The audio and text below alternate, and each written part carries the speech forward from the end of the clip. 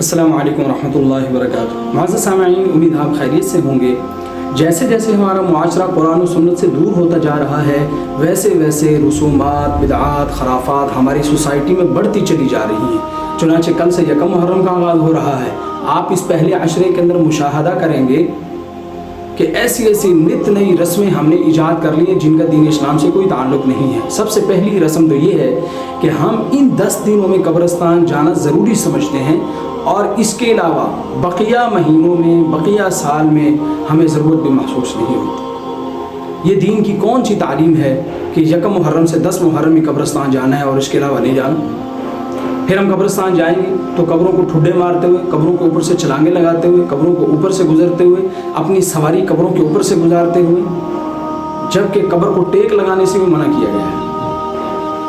پھر قبروں کے اوپر کھانے پینے کی چیزیں رکھ دیں گے، قبروں کے اوپر اگربتیاں جلائی جائیں گی، چراغاں کیا جائے گا، قبروں کے اوپر دنیا جہان کے جھاڑ پھونس گھاس اٹھا کے قبر کے اوپر لاد دیا جائے گا، قبروں کو پکا کیا جائے گا، قبروں کے اوپر رنگ روغن کیا جائے گا۔ دیکھیے چیزیں کہاں سے ثابت ہیں۔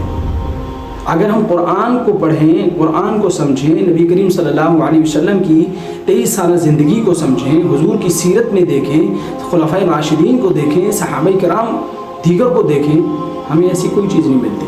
اور پھر عورتیں رہی صحیح کسر پوری کر دیتی ہیں کہ خوب بن سنور کے وزٹ کرنے کے لیے قبرستان میں جاتی ہیں۔ چلو آپ ایسے گھر بیٹھے ہوئے ہیں، چلو قبرستان ہو کے آئیں گے، دیکھیں کیا ہلہ گلہ ہو رہا ہے، کیا شور شرابہ ہے۔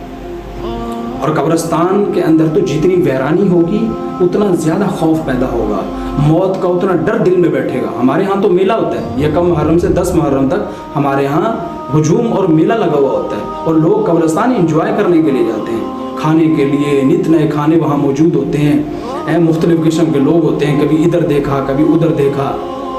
نہ قبروں کا احترام ہے، نہ قبرستان کا احترام ہے، نہ دین اسلام کی تعلیمات کا پاس ہے، کوئی احساس ہی نہیں ہے۔ تو بہرحال یہ ساری چیزیں جو ہم کرتے ہیں ان کا دین اسلام سے کوئی تعلق نہیں، یہ رسومات اور بدعات ہیں، یہ ناجائز اور حرام ہیں، ہمیں ان سے اجتناب کرنا چاہیے۔ اللہ سے دعا ہے اللہ تعالیٰ میں سمجھنے کی اور عمل کی توفیق نصیب فرمائے۔ السلام علیکم ورحمۃ اللہ۔